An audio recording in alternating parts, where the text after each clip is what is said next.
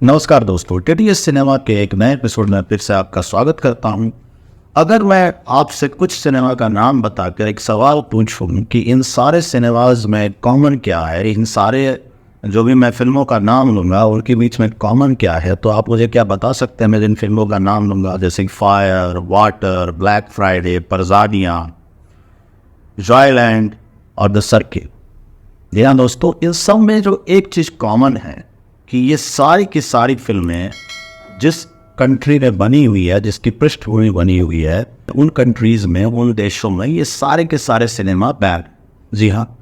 Fire, Water, Black Friday, Parzania, Joyland और the Circle. Joyland Pakistan में ban है, जो बनाई गई पाकिस्तानी डायरेक्टर के द्वारा है। द सर्किल जफ़र पनाही जो ईरान के डायरेक्टर हैं, ईरान में ही बैन है। Fire, Water, Black Friday, Parzania India में बनी हुई है, इंडिया के डायरेक्टरों ने, इंडिया के पृष्ठभूमि में बनाई हुई है, इंडिया के डायरेक्टरों ने बनाई हुई है और ये फिल्में इंडिया में ही रिलीज नहीं होने दी गई। जो सिनेमा के प्रशंसक हैं, सिनेमा को फॉलो करते हैं, हमारे भी कुछ व्यूअर्स उनमें शामिल होंगे। अभी रिसेंटली आपने देखा होगा एक फिल्म बहुत चर्चा में आई जिसका नाम है मंकी मैन।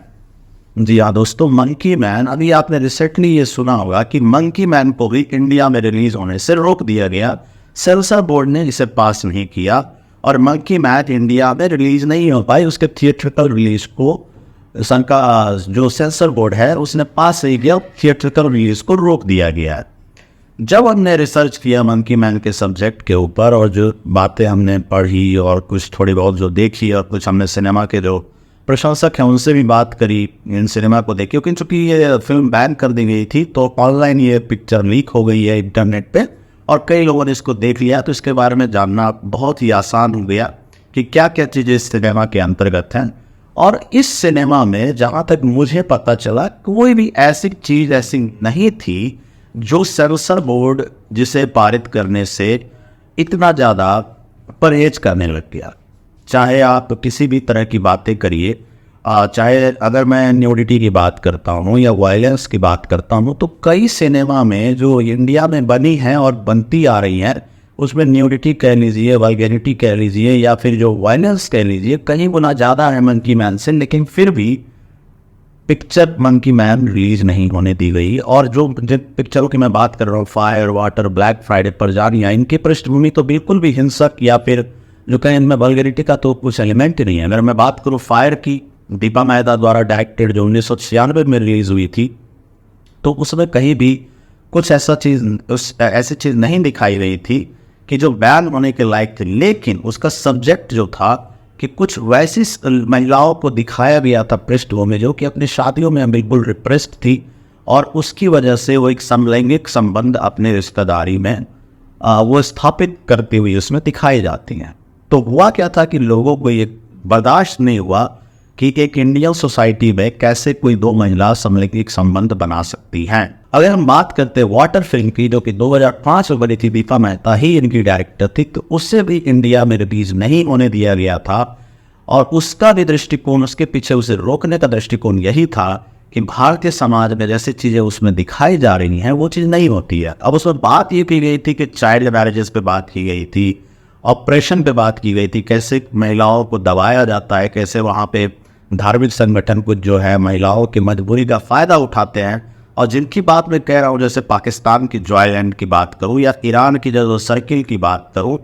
जॉयलैंड में भी जो बातों पे चोट की गई है, जिन बातों पे चोट की गई है उसमें पैट्रियार्की है, कैसे एक पुरुष समाज एक महिला को दबाता है, सामाजिक ढांचा ऐसा बुना गया है कि जहां महिला अपनी बात नहीं कह पाती या फिर महिला को इच्छा अपने जाहिर करने का मौका नहीं मिलता। जॉयलैंड में ऐसे तमाम चीज़ें दिखाई गई हैं और पाकिस्तान में ही ये चीज़ें बैक कर दी गई है। ईरान की बात करिए तो द सर्किल जो मूवी है, वहाँ भी उन महिलाओं की आवाज़ को बुलंद किया गया है जो अपनी इच्छाओं के अनुसार जीना चाह रही है, लेकिन एक जो पुरुषवादी समाज है उनको वो नहीं चाहता कि उस तरीके से दिखाया जाए सिनेमा में। तो कहने का तात्पर्य है कि ऐसे फिल्मों को, जो फिल्में एक सामाजिक चीज़ों को उठा रही हैं, सामाजिक कुप्रथाओं को दिखा रही हैं, वैसे फिल्मों को बैन कर दिया जाना क्या किसी भी देश में सही है? मुझे नहीं लगता कि सही है। जहाँ पे आप ऐसे ऐसे फिल्मों को पास कर देते हैं जिनमें द्व्यर्थी संवादों का बहुत बहुत बड़ी तादाद होती है, द्व्यर्थी संवादों की, या फिर वल्गैरिटी करिए उसमें बहुत ज़्यादा होती है। सिर्फ कमर्शियल एंगल की वजह से उसमें वल्गैरिटी का पुट डाला जाता है या फिर हिंसा का पुट डाला जाता है। वैसे फिल्मों को एक तरफ तो सेंसर बोर्ड पास कर देती है, लेकिन जो सामाजिक रूप से अच्छे सब्जेक्ट्स को उठाया जा रहा है जिसकी वजह से लोगों को कोई जानकारी मिलेगी, कुछ जागरूकता मिलेगी, वैसे सिनेमास को बैन कर दिया जाना, क्या ये उचित है? मुझे बिल्कुल भी नहीं लगता। एक सिनेमा के प्रशंसक और कला प्रेमी होने के नाते, और मुझे लगता है कि कला का इस तरीके से हमेशा जो एक कहा जाता है सप्रेशन नहीं होना चाहिए। वैसे जो हमारे एक जो अधिकार की बात की जाती है, फ्रीडम ऑफ एक्सप्रेशन, वो कहीं ना कहीं गर्व होता है और कला निर्दोष होती है। और कला को फलने फूलने का अगर जरिया देना चाहिए तो कहीं ना कहीं ये जो डायरेक्टर्स, ये जो स्टोरी टेलर्स जो है इतनी मेहनत कर रहे हैं उन सब्जेक्ट्स को सामने लाने की, जो समाज में दबी हुई हैं, जो समाज में कुचली हुई जो एक तबका है, समाज का कुचला हुआ तबका है, उनकी आवाज़ अगर उठाने की कोशिश होती है तो वो समाज जो कि नहीं चाहता कि जो उसकी परंपरा में जो कोई चीज़ चली आ रही है उसको ध्वस्त होता दिखे, भले ही चाहे वो गलत चीज़ दिखाए, गलत चीज़ चली आ रही हो, वैसा तबका नहीं चाहता है कि इस तरह की फिल्में जनमानस तक पहुँचे और वो किसी न किसी तरीके से जन जागरण का काम कर जाए। जैसा कि आप सब लोगों ने सुना होगा और ये कहावत बहुत ही प्रसिद्ध है कि सच कड़वा होता है, ट्रुथ इज़ बिटर। और मुझे लगता है कि इन फिल्मों ने आईना दिखाने का काम किया उस समाज के लोगों को जो कि एक वैसी परंपरा का निर्वहन कर रहे थे जिसे निरस्त कर देना चाहिए, और वो आईना दिखाना शायद उन लोगों को पसंद नहीं आता। और इसी वजह से इस तरह के सिनेमाओं का, चाहे मैं रॉयलैंड की बात करूँ, फायर, वाटर, ब्लैक फ्राइडे, परजानिया की बात करूं, या फिर जो ईरान की मूवी है द सर्किल की बात करूं, या फिर अभी जो मंकी मैन को नहीं दिखाया जाने का फैसला लिया गया है इंडिया में, क्योंकि उसमें पॉलिटिक्स और रिलीजन का एक नेक्सस दिखाया गया है जो कि शायद कहीं ना कहीं मुझे लगता है कि कुछ लोगों को हजम नहीं हुआ। तो मुझे नहीं लगता इन सिनेमास को रोका जाना चाहिए समाज के सामने आने से। और ऑडियंस को या नागरिक को, जो कहा जाता है कि ऑडियंस जागरूक होती है या नागरिक जागरूक होते हैं, तो मुझे लगता है उन्हें ये फैसला करना चाहिए, उन्हें ये फैसला करने का हक देना चाहिए कि जो चीज़ सिनेमा में दिखाई जा रही है वो सही है या गलत है, बजाय उसको बैन करने के। और अगर मुझे लगता है इस तरह से सिनेमा को बैन करते रहा गया, इस तरीके से कलाओं पे नियंत्रण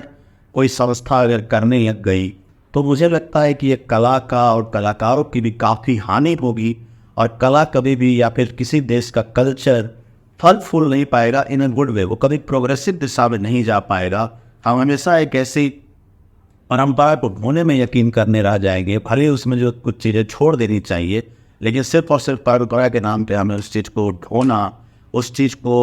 निरस्त नहीं करने की एक आदत बन जाएगी। और मुझे लगता है इस आदत को रोकना जरूरी है। मैं फ्रीडम ऑफ एक्सप्रेशन का समर्थक हूँ और मुझे लगता है कला में ये चीज़ और ज़्यादा व्यापक तौर पे आनी चाहिए। सेंसरशिप को थोड़ा और ब्रॉड मानसिकता का होना चाहिए, क्योंकि मुझे लगता है कि दर्शक इतने मैच्योर होते हैं कि वो चीज़ों को समझ सके और जान सके कि फिल्मों से क्या लेना है, क्या नहीं लेना है। उम्मीद करता हूँ कि हमारे देश का दर्शक और सेंसर बोर्ड भी, और जो बाकी देशों के भी सेंसर बोर्ड या फिर कह लीजिए वहाँ पे जो इंस्टीट्यूशंस ऐसे फिल्मों को बैन कर रहे हैं, वो भी उनमें जो लोग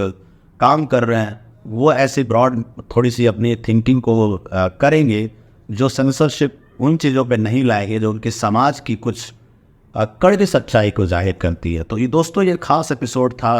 आज का TTS सिनेमा का, वैसे फिल्मों के ऊपर जो बैन हो रही है लगातार। कई ऐसे मूवीज़ पे मतलब ये जो कहे कि कुटार गिर पड़ती है सेंसर बोर्ड की, तो लगा कि इस सब्जेक्ट पे TTS सिनेमा का एक एपिसोड हमें लाना चाहिए। उम्मीद करता हूँ